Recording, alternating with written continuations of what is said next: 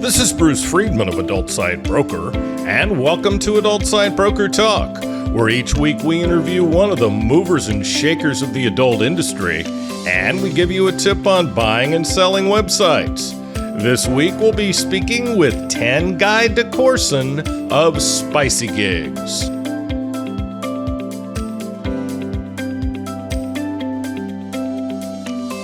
We've got an events section on our website.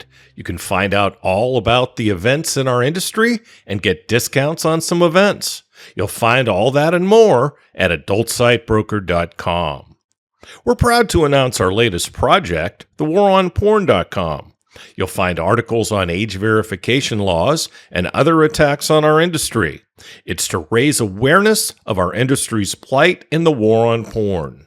You'll find all that and more at thewaronporn.com. And we're always looking for buyers and sellers of adult sites and companies. Perhaps you've been thinking about either selling your site or buying one. Always feel free to contact us at adultsitebroker.com with any questions you may have. Now time for our properties for sale at Adult Site Broker. We're proud to offer a successful OnlyFans agency. The agency has 15 creators, with 90% of them being on salary, so the agency is highly profitable. They handle all aspects of marketing for the creators, including chatting and promotion, with highly predictable acquisition channels. They do paid advertising for subscriber acquisition. In addition to agency operations, the business has developed a suite of custom-built internal tools that represent significant intellectual property and competitive infrastructure. They have a custom content production pipeline built for synthetic creator content using AI with Telegram chatbot integration for pre-funnel fan engagement. It also offers WhatsApp automation. They use a proprietary analytics, KPI, and sales verification dashboard with link tracking, ad performance data, sales verification, and payout automation. All tools are built entirely in-house and don't depend on third-party SaaS platforms. This technology is a great asset for the buyer to own. We have a rapidly growing SaaS-powered OnlyFans chat agency with strong SEO. The company has over 30 clients with very little churn, ranging from around $10,000 to over $150,000 a month. The company continues to grow and innovate. New technical features include an enhanced chatter portal, a new creator billing dashboard with daily billing, and an automated blog system to grow SEO. The company's set up with very little upkeep needed by the owner. It's a cash cow that's still growing fast. We have the largest foot fetish creator site in the German-speaking market. The site is a leading niche platform that's been the #1 brand in the market for over 3 years. The site is highly profitable with consistent revenue, an established SEO footprint, and strong brand authority in its niche. We have a buyer who's looking for OnlyFans agencies, chatting companies, and OnlyFans traffic sites. He owns one of the top OnlyFans agencies in the world. We're offering a growing free porn gaming site with adult sex games. The site is owned by one of the top entrepreneurs in our industry. We have a premium AI companion platform focused on emotional realism and deep memory. Users interact with lifelike companions that remember every detail, respond with real emotion. They've just added advanced video capabilities. There are more properties for sale on our website. For more information on any of these listings, go to our listings page or contact us at adultsitebroker.com. Now time for this week's interview. My guest today on Adult Site Broker Talk is Tanguy DeCourson of SpicyGigs. Tanguy, thanks for being with us on Adult Site Broker Talk. Thank you for having me. It's great to be on. It's great to have you. Tanguy started doing web development in the adult industry way back in the dark ages of 1996. He began working for iGallery, helping to create some of the first affiliate programs, early streaming video with chat, exit consoles, and he was involved with some of the earliest credit card processing on the internet. In 2002, he launched his own consulting firm, focused largely on development within the adult industry. Throughout his tenure in adult, Tanguy has worked with both large and small companies, always aiming to make the industry a better place through technology. He built the first version of Pass, reworked Hustler's CMS, and developed the Evil On Demand platform for Evil Angel's first pay-per-minute videos. Since then, Tanguy has continued to work in the industry, including spending 15 years building the tech at Clips for Sale. More recently, he's been doing development work for Pineapple Support and ASACP, and I want to thank you for that. Two organizations I believe very strongly in. And now his latest project is SpicyGigs. SpicyGigs is a free industry tool to help facilitate in-person shoots, to connect, collaborate, communicate, and create. You can find them at SpicyGigs.com. So, Tanguy, how'd you like your commercial? Oh, that was great. It was great hearing from someone else. Like, it sounds so impressive. I know. I like that guy. Who is he? All right. So you've been building websites in the adult industry for 30 years. How did you get started, and what was the industry like way back then? Oh, man. I was going to UCLA. I was a freshman, and I needed a summer gig because I was moving in with my girlfriend. I chose, out of the newspaper, I think it was, somebody had written what do you call those? What did you used to call those in the newspaper? The ads for classified jobs. ads. Classifieds, that's it, yeah. And I chose one, and it sounded interesting, and it was a minimum wage job, and I gave him a call. The job was labeled as image librarian, and I called them up, and they told me it was for adult content. And I said, that's okay. I'll ask my girlfriend if she's okay with that. So I did. And she said, why the fuck would you even ask me? That was kind of like before we started, I mentioned to you that you can swear on the podcast because it's an adult podcast. And she said something like, I wouldn't even fucking thought of asking. So anyway, go ahead. Right. So, she was okay with that. I'm married. We're still married to this day. After I said, I will marry you. And so I went out, and this job was like, literally, there was an audio text company, which is what we call the phone sex stuff is audio text. And they had just started building websites to promote their audio text, and they needed to have someone to take slides and scan slides and then label them. And I was like, this is a completely menial job. But I sat there, and, they had just started, and everything happened super fast. Like, I was doing the job, part-time, going to school at UCLA, and I was taking, programming classes at night. All I was doing was hacking and programming and sitting on IRC. And pretty quickly, they took notice that I knew things like Unix and Perl and C, and the guy who was I think he was the CTO maybe at the time, he was like, oh, you know this? Why aren't you doing this stuff? And I was like, I don't know. And so I did, like, right away. I mean, this happened within maybe a month of me being there. And I ended up just programming for them. And right away, and a lot of it at the time was HTML and JavaScript, because that was the landscape. And all we were doing was building fairly simplistic sites at the time.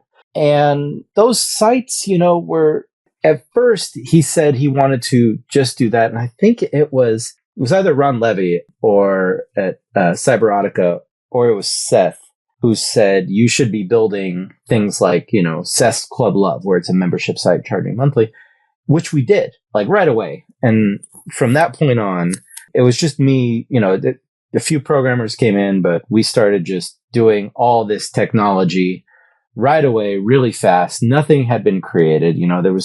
JavaScript was in its infancy at the time. And I was utilizing it to do these things that they had never seen before. One of the first things I did actually was pretty funny. It was a strip blackjack game. And so I wrote the code. One of my favorite games. Game, right? And I got the graphics guy was there with me because I was doing the image capturing from the slides, and he drew all these different, strip blackjack. He drew the cards, he drew the dealer. I put it all together, and they loved it. And many years later, caught up with, they ended up spinning off a gambling company. And the guy who ended up running that, he went to Curacao. And years and years later, he said to me, "Oh my God, do you know how much money I made on your strip blackjack game?" I'm like, "No, please tell me." But that's how, the whole landscape was like, we're like scanning slides to use. It was like, if it was a redhead, we'd label it redhead. If it was a brunette, we'd label it that she was Italian. Like if she was blonde, we'd label her European or whatever it was. And, just organize that stuff, create these sites, these bear sites. And then, pretty quickly we moved into like the streaming side of it. And the streaming we were doing, it was actually, I think my boss at the time, he was the CTO. And he had found a machine that you could plug in a camera and it would capture JPEGs. And so all that early streaming was like a JPEG push that the browser supported, which was just push one JPEG after another. And it looked like a video. It wasn't, 30 frames a second. It wasn't real video. There was no sound. It was just capturing JPEGs, one every 5 seconds. But that's all there was then. That's all there was. So things like, so we started doing that. We added, a chat aspect to that. And, we had girls in the office with me. How I was like 19, 20 years old.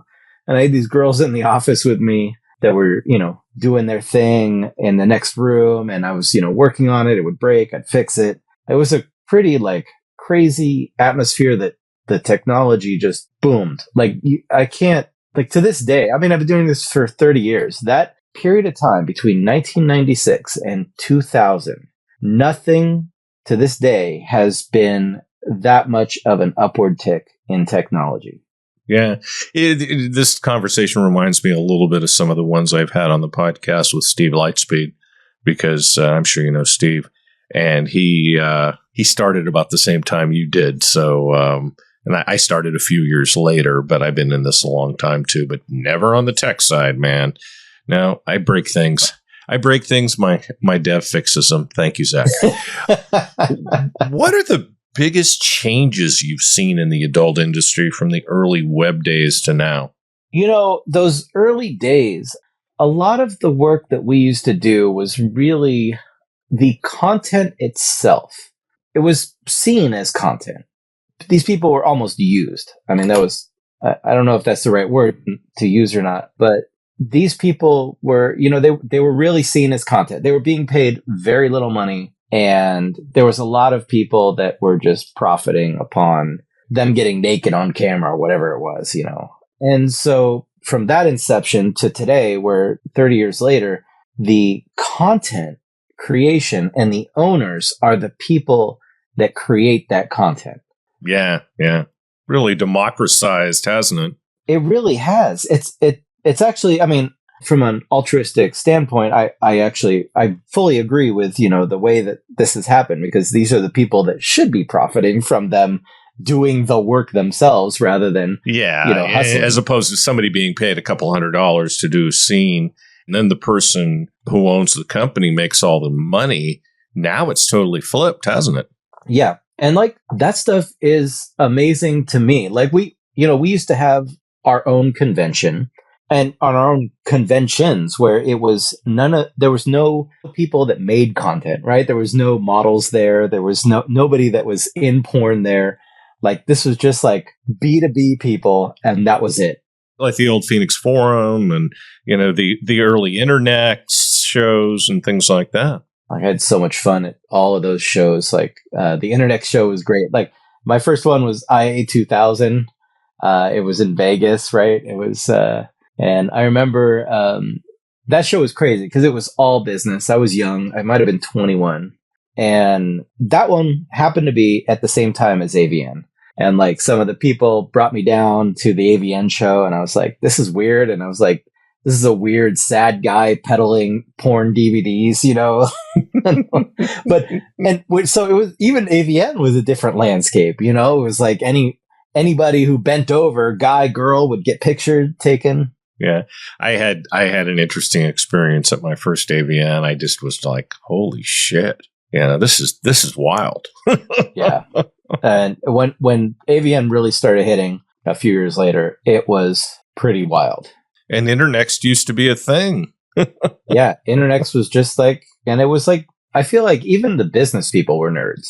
It was a weird environment, and that can't be created today. Like, it definitely, the business today is definitely the mixture of both. It is, and that I like it that way. But it certainly was very, very different as far as the makeup of the people back then. I also really miss the old Internext because obviously it's whittled down to almost nothing, and that used to be just an incredible show. It would be great if they could add some life to that because I think they even changed the name this year. So I didn't go. I wasn't in Vegas. I do everything possible to avoid going to Vegas. So. Oh, I love Vegas. So I'll go as an excuse. Somebody has to. Somebody has to love Vegas. I even got nominated this year. This podcast got nominated for favorite adult podcast, which I want to thank AVN for that. But no, I blew my wad in LA. So yeah. Back in the day when we had our own industry stuff, I could go as a software developer, and there's not a lot of adult industry software developers. It's like me and Conrad pretty much that are like the only people that have been around forever, just still doing software development in the adult industry. And I could get contract after contract. I could meet new people. I could meet old people, and there would be work for me there at Internext. At Phoenix Forum was amazing for me always. Phoenix Forum was incredible. There's a big sense of loss among a lot of people that isn't happening anymore.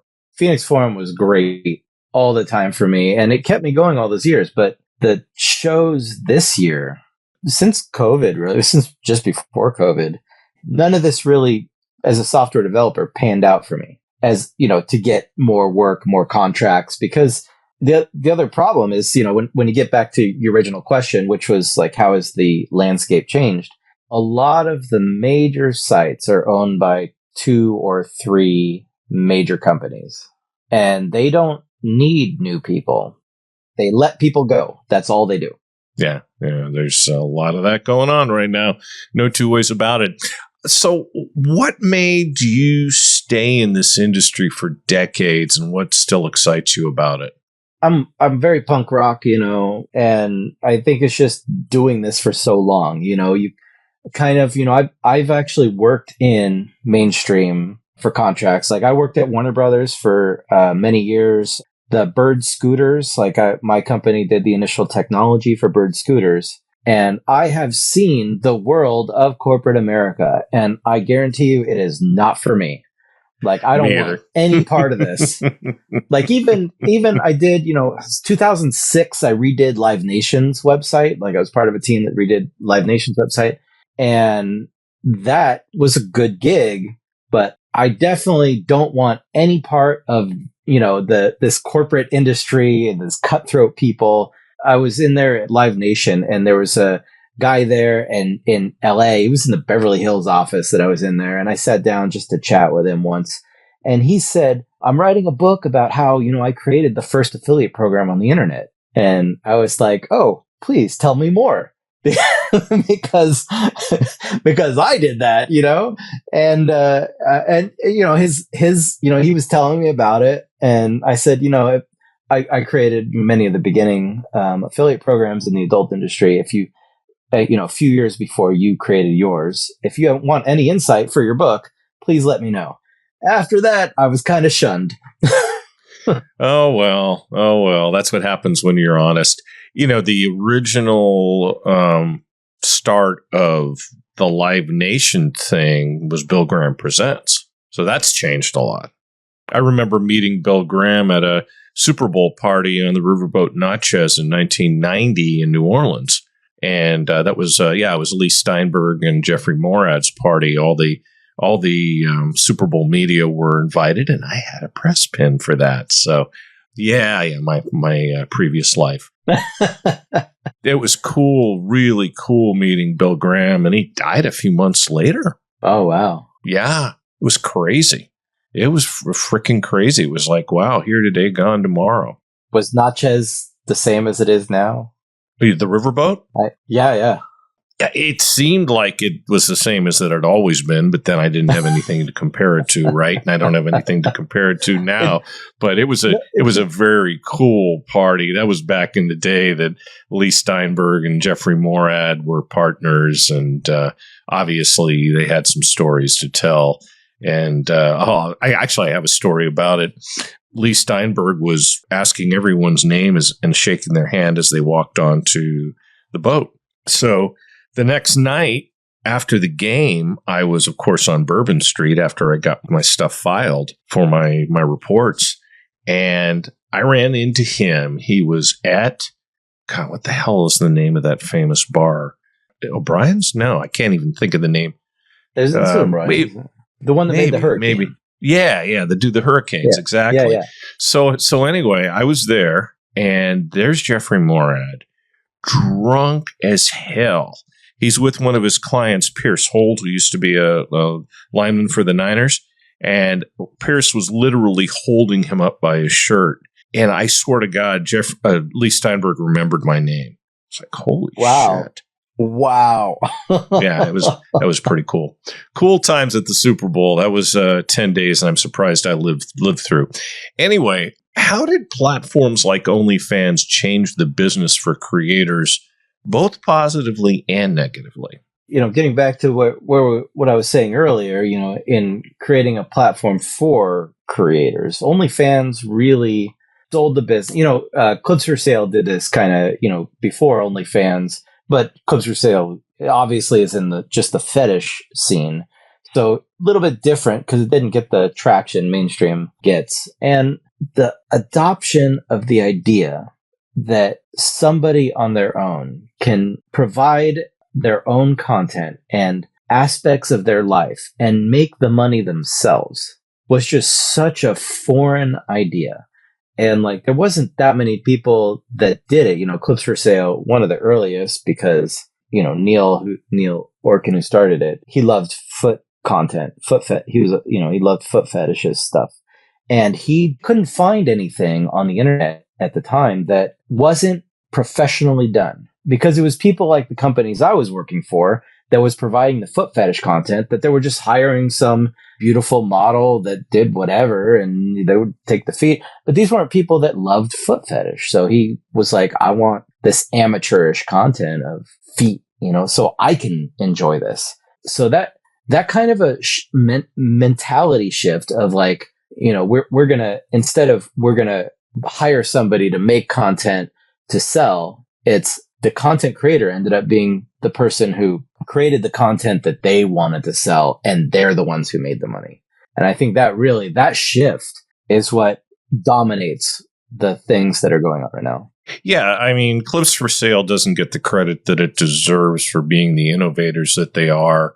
I know Neil, and I'm sure you also know his dad, Abe. Oh, yeah, very well. My man.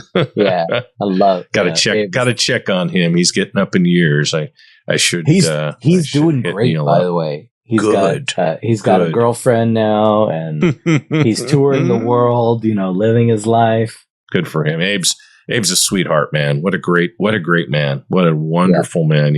You understand how Neil came up the way he did. Yeah. We all call him Uncle Abe to this day. Oh yeah. If I was in trouble, that's probably the guy I would call. Love him. What's the number one struggle creators face today when trying to grow and collaborate? I think it's when you go from, someone who owns pussy.com or sex.com, right? They're going to get all the traffic. And so there are so many content creators out there. And the idea that, all of these people are going to be making tons of money is ridiculous. So I don't remember what the numbers were, and I read them not that long ago. I heard there's over 4 million creators on OnlyFans. It's insane. And only the top 2% make decent money. Because they hear all the time, make $100,000 a month doing OnlyFans, and then people do it. And it's the same thing with YouTube, right? I have a YouTube channel. I have 70 subscribers. I'm not making millions of dollars posting content on YouTube. The same thing with OnlyFans, right? It really, the same as anything else, a little bit of luck, good content, good editing, and constant updates. It is hard work. definitely. And the challenge for anyone, for instance, starting an OnlyFans today, all I can say is good luck. I do think that many of the agencies do them a service by trying to promote them. But then you've got the rest of the agencies that I wouldn't touch. But there's some very good ones, and those are the ones that I associate with. And you got to have somebody promoting you, because unless you're an expert marketer, which none of these people virtually are, you better have some help. Yeah, like I had a friend who he married a woman and she got into the adult industry, and she was not the hardest of workers. Oh, yeah. Good luck. And so, did okay for a while she was with an agency, but then left the agency for, whatever, the reasons that I can do this myself. Yeah. And which of course she doesn't, right? She's not self-promoting. She's not posting constantly, because it's a nonstop thing. If you stop, you're dead in the water. It's the same thing with anything, Patreon or whatever it is. You're just going to be dead in the water. I think the hardest thing is getting in that top 10%. And a lot of those OnlyFans, from what I understand, those OnlyFans agencies, the people that do a good job end up signing with these people because these people are going to do constant promotion. Yeah. You got the ones who live off the fat of the land, and those I've got no time for.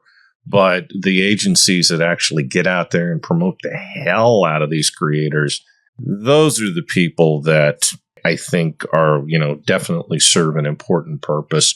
Just like any ad agency, marketing agency, that definitely helps people make money. And that's what it's all about.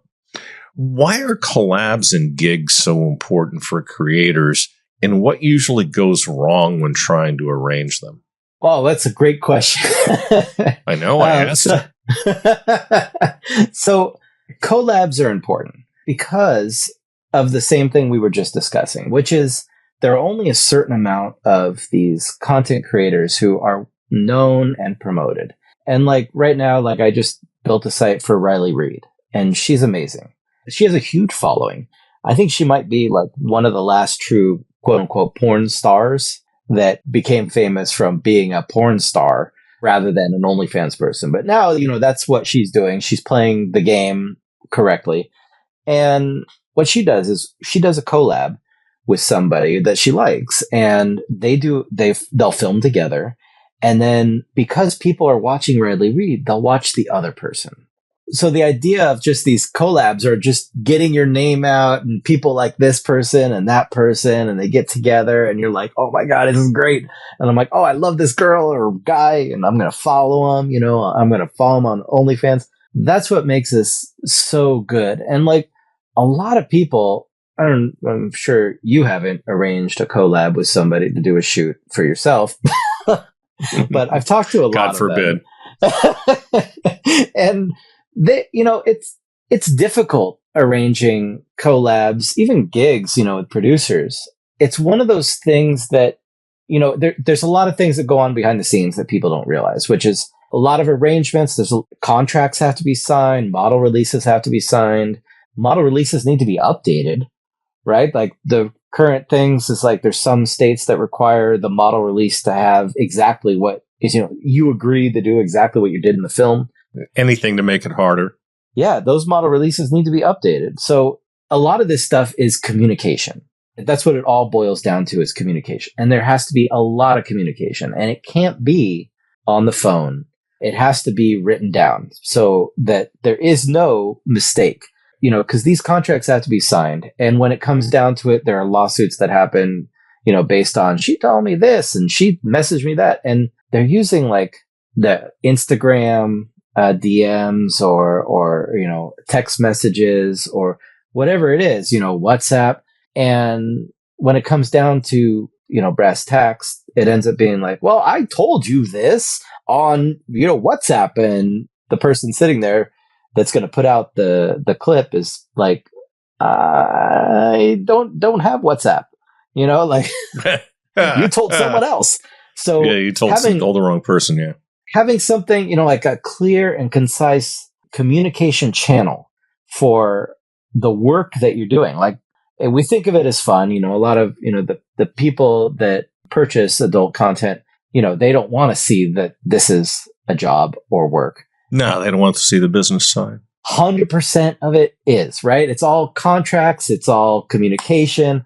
It's all making sure all your ducks are in a row, all your T's are crossed. And so that's really the difficulty. Yeah, and I know a lot of producers that will have a wide camera on all the time just to make sure there's no problems. And then at the same time, they'll also have the people say at the beginning what they've agreed to do. That way, there's no mistaking. And I think that's very, very, very smart. So the other thing that comes to mind when you mentioned some of the states changing the rules, you have to wonder if they're going to start coming after us with 2257 again, which we thought we were over that, but all bets are off with this administration and some of these conservative states and countries with age verification and all the other stuff that's going on. I don't know what's next, but I don't even want to ask that question, to be honest with you. I don't know if you're aware of it, but I've got a site called thewaronporn.com. You should definitely check it out. It has the articles about all of these age verification laws and lawsuits and this and that of people that are coming after us. Years ago, I purchased the domain bringbackporn.com. And I was like, this is going to be the last site on the internet. Yeah, no kidding. No kidding. So tell me what made you decide to build SpicyGigs and what problem were you seeing that wasn't being solved? So SpicyGigs was really the brainchild of a major producer. So I have two other business partners. And so there was a major producer in the industry. He's been in this industry longer than you or me. And he has done, he used to work for Wicked. He used to work for Vivid. Don't want to give the name, huh? I mean, it's Michael Bisco. Oh, okay. I can give the name. He's a great guy. And Girlfriend Films, Naughty America. And so the thing is, he's been doing this a long time, right? And so he has noticed the changes that have happened in the industry. Being the guy who he makes his living off of ensuring that he can get somebody there to film with him, and which has become more and more difficult. So he was like, if I can have a system where I can find people that I need for a shoot. If I go to Florida, I want to search for people in Florida. And then having the communication all in one area, like amazing. Like he was like, you have no idea how many times I hire a girl and I say to her on a text message, don't show up with long fingernails. And she says, yes, of course. And then she shows up on set with long fingernails. And he says, like, I can't shoot with you because I told you not to. And she was like, no, you didn't. And so he was like, there's got to be a better way. And there's got, the way that things are, it used to be easy. I mean, everything really was, because back in the day, like, people were hired for this job. And they, as we discussed earlier, this was a job. They weren't being paid very much, but this was their job to show up for this set on this day at this location with these parameters. They were given paperwork beforehand. They agreed to that paperwork beforehand. They signed the stuff when they got there. To this day, when these people that are being hired for these jobs, they are the creators.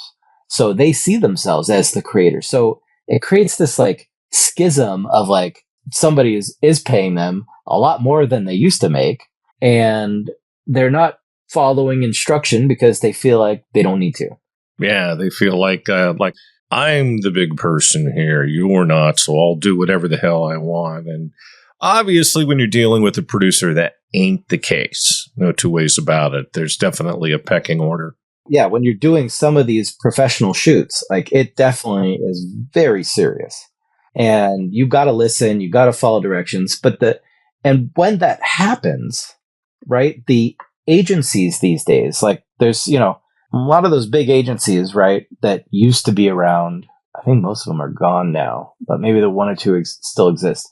You still have to pay the agent, right? That agent doesn't give a shit. They don't care whether This is a he said, she said thing. I still want my $500.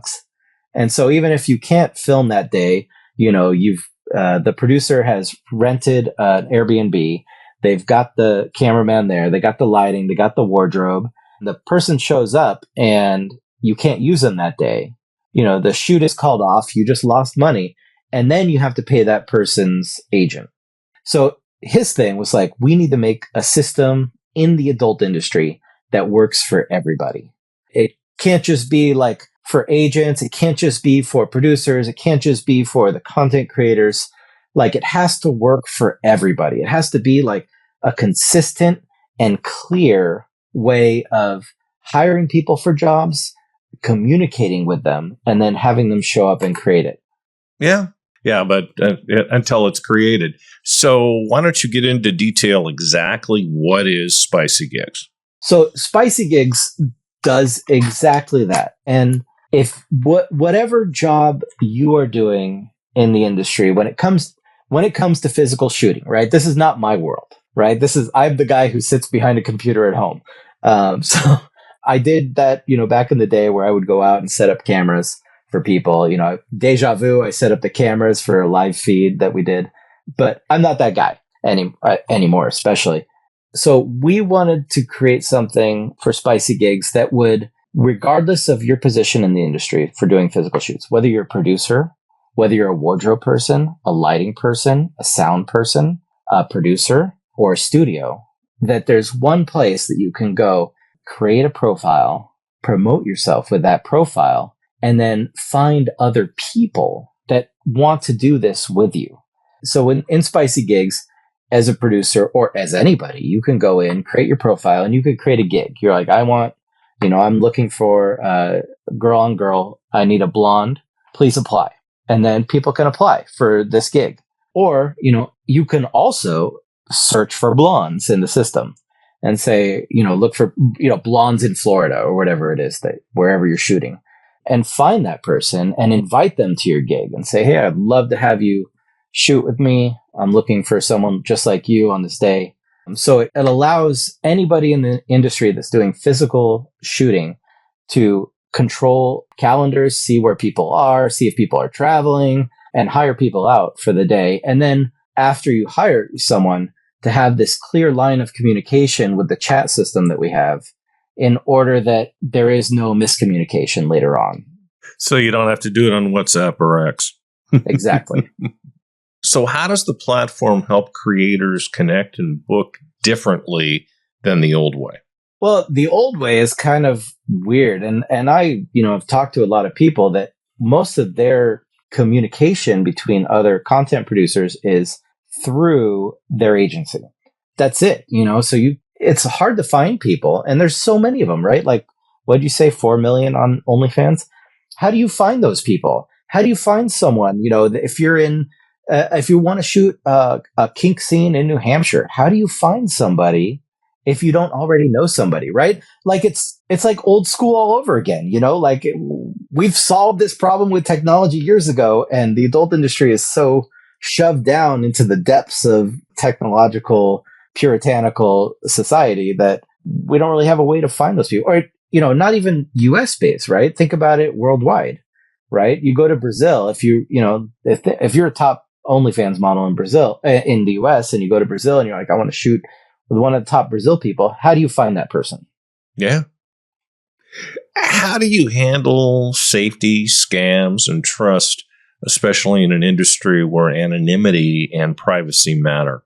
In order to interact with the system, you have to be document verified.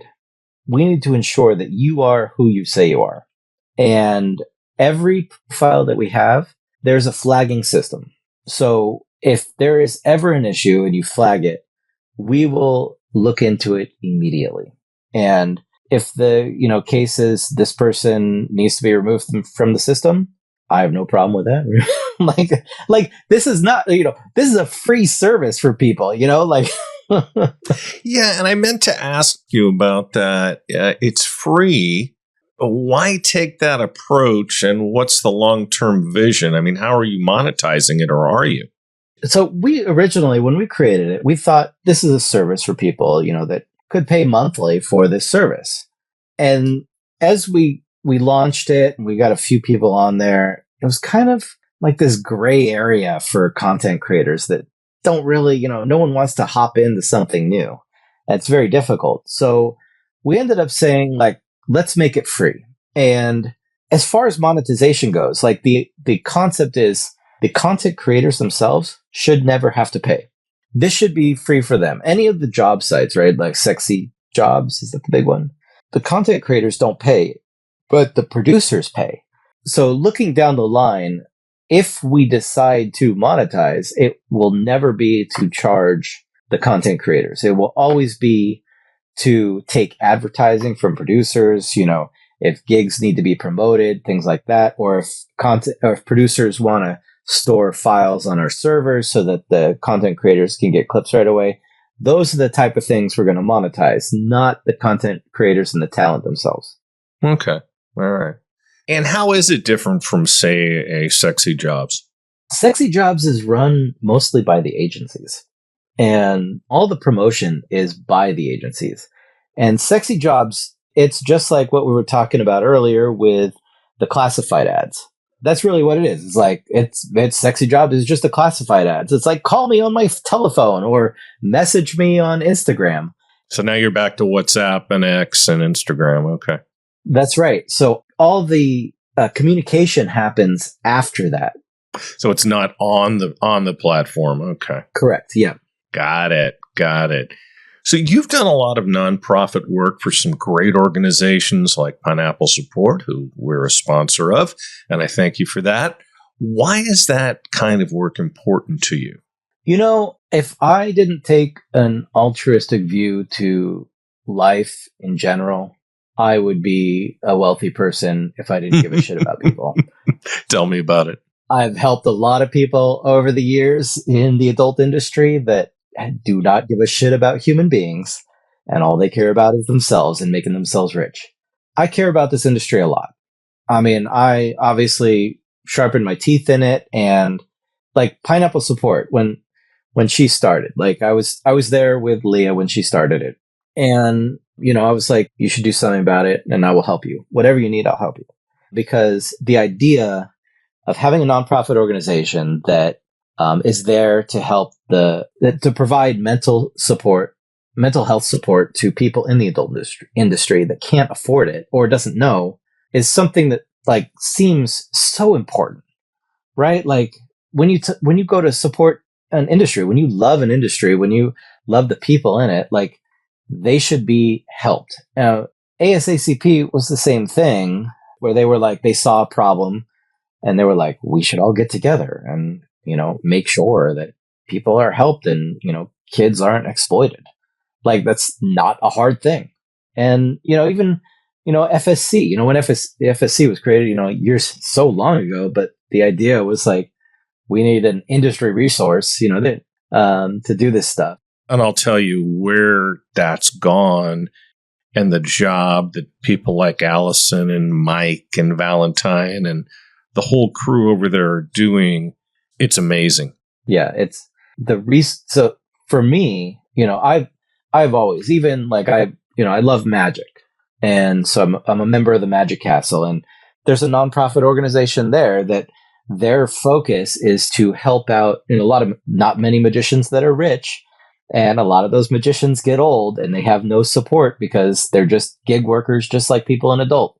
So their whole thing is they do two things, which is one, help old magicians that are struggling financially and help young magicians get into the industry. So of course I helped them. I did their website and, for free, because those are the type of things that fill me with, I did a lot of bad shit, like JavaScript pop-ups, right? Like I did that, right? Like I think there was a patent for the JavaScript pop-up for advertising purposes. I wrote the patent in 2000. I think Evan at XPays, he actually purchased it, and he told me about it, that he purchased it and he just let it run out.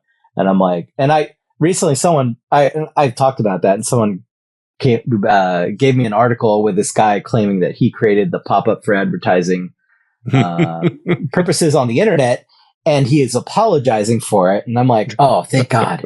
Yeah, like I definitely don't look at me. Like there's some things I've done that have just made the world a worse place. So you're trying to do some good things. It's a nice balance. It's a nice balance. I think you're net positive there, so that's good. Good. So what's coming next for SpicyGigs, and what do you want creators listening to know after they heard this episode? So, SpicyGigs, like we're really getting started, and I'm gonna keep it going, as long as we can, which should be a long time. And it's just going to be this resource that creators can utilize for their own purposes, whether it's, creating their own schedules, finding people that they want to collab with, and all of this for free. Like I see there's some competitors that pop up and all of them are charging money, of course, it's. Sure. They all want to make money, Tanguy. That's not a revolutionary concept. Yeah. They all want to make money and they all kind of like, And I've looked at a few of them, and they're like, we have an iPhone app, and I'm like, okay, like I deal with Apple all the time. I build iPhone apps a lot and have for many years, and yeah, you're gonna be fucked. Like I don't know. There was one competitor, and I can't remember the name offhand, but they had these huge parties. I mean, multi-million-dollar parties in New York, and I don't think they're around anymore. And that's within the last 6 months. It's like 6 months, right? Like. The thing is, for creators, I want them to have a place that they can feel comfortable finding other people to shoot content with. And if there is an issue, to have somebody out there that can help them out, which is what we're going to do. Mm-hmm. That's fantastic. Well, Tanguy, I'd like to thank you for being with us on Adult Night Broker Talk, and I hope we'll get a chance to do this again soon. I would love to. Thank you so much for having me. It was a pleasure. Pleasure was all mine. My broker tip today is part 7 of what to do to make your site more valuable for when you decide to sell it later. Last week, we talked about trademarking your site and ways to make it unique. Next, when you decide to sell your website, make sure you have the following information available for potential buyers. Detailed information about your company, your website, and any other aspect of your operation the potential buyers may want to find out about. This should include, for a pay site, a detailed inventory of your content, number of images and number of videos, how much of those are exclusive and how much are non-exclusive, financial information for at least the last 3 years if your company is that old. This should include sales reports, profit and loss statements, and billing reports. Get all the information organized in a legible format that a good broker can use to sell your property. If you decide to sell it yourself, organize a list of potential buyers and start the process of contacting them. Be realistic about what your company is worth. In today's market, the kiss of death is overpricing your property. Is there anything that a potential buyer needs to know, such as, are you being sued? Do you have any substantial debts? Don't let these things be a surprise to the potential buyer. They'll either find out before the sale and not buy, or they're going to find out after the sale and you'll have another lawsuit on your hands. Disclose everything. We'll talk about this subject more next week. And next week, we'll be speaking with Stefan Mulbauer of AFPAL. And that's it for this week's Adult Site Broker Talk. I'd once again like to thank my guest, Tanguy DeCourson of SpicyGigs. Talk to you again next week on Adult Site Broker Talk. I'm Bruce Friedman.